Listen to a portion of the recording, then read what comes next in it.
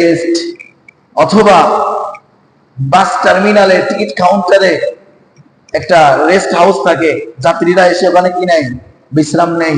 ওখানে ভিআইপি বাথরুমের ব্যবস্থা আছে, ঠিক কিনা?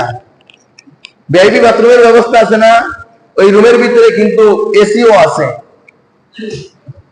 স্টেশনে এসিও আছে, বাস টার্মিনালে কাউন্টারে এসির ব্যবস্থা আছে, সুন্দর বসার জন্য সুপার ব্যবস্থা আছে, এমনকি এমন কাউন্টারেও শোয়ার জন্য বেডের ব্যবস্থা আছে, সুন্দর বাথরুমের ব্যবস্থা আছে, পানির ব্যবস্থা আছে। আপনি ওই বাস কাউন্টার থেকে টিকিট কাটলে আপনার জন্য কিছু সময় ওয়েট করার জন্য নাস্তা পানিও ব্যবস্থা করে দেয়। আচ্ছা, ওখানে আপনাকে আধা ঘন্টা বসায় রাখলো, 1 ঘন্টা বসায় রাখলো, নামি দামি খাবার দিল। আচ্ছা, আপনাকে বলা হলো খান, খেয়ে দিয়ে বিশ্রাম নেন, ঘুমান, এখানে থাকেন, বাথরুম লাগলে বাথরুমে যান, ভিআইপি ব্যবস্থা আছে, ক্লান্ত লাগলে শুয়ে থাকবেন, এবং আরো কিছু লাগলে আমাদের জানাইতে পারেন।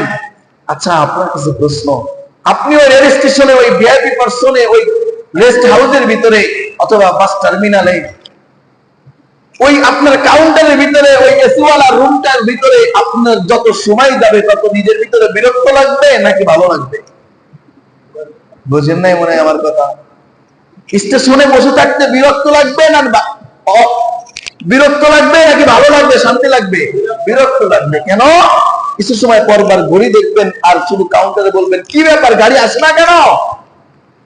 টাইম তো আমার হয়ে যাচ্ছে, টাইম তো নাই, এই খাবারের দরকার নাই, আপনার জন্য তো ভালো ব্যবস্থা করছে, আপনি এত পাগল হয়েছেন কেন? একটু রেস্ট নেন, ভালো বেডের ব্যবস্থা করা হয়েছে, আপনি তাড়াহুড়া করতেছেন কেন? বেডে একটু বিশ্রাম নেন।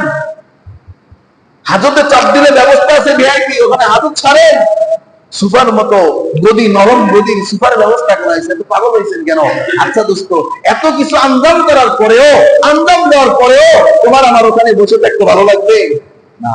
কিছু সময় পর পর শুধু ঘড়ি দেখবো আর রাস্তার দিকে তাকাবো, কই আমার বাহনটা তো এখনো আসলো না, কই আমার টিকিট করা ওই ট্রেনটা তো এখনো হরেন দেয় না, এখানে এসে দাঁড়ায় না। কারণ দোস্ত, ওটা যতই ভিআইপি হোক না কেন, ওই কাউন্টার যতই ভিআইপি হোক না কেন, ওই রেল স্টেশনের ওই রেস্ট হাউসটা যতই ভিআইপি এসিওয়ালা আর ভিআইপি পারসন হোক না কেন, ওটা ভিতরে তোমার আমার থাকতে যেমন স্বস্তি লাগে না, আল্লাহ রাসূল বলেন, মালি ওয়ালি দুনিয়া, দুনিয়াটা তোমার আমার জন্য এমন দুস্থ, এখানে থাকার জায়গা না, এখানে থাকা যাবে না, এখানে থাকার জন্য আমিও আসি নাই, তুমিও আসো নাই, চলে যেতেই হবে। সুতরাং যদি তুমি চিন্তা করো এই কথা, তুমি যদি ভাবো এতটুকু কথা যে আমি এখানে থাকার জন্য আসি নাই, আমার চলে যেতেই হবে, ঘুমাইতে যাচ্ছ তবুও মনে পড়তেছে আমার চলে যাইতে হবে, খাইতে বসছো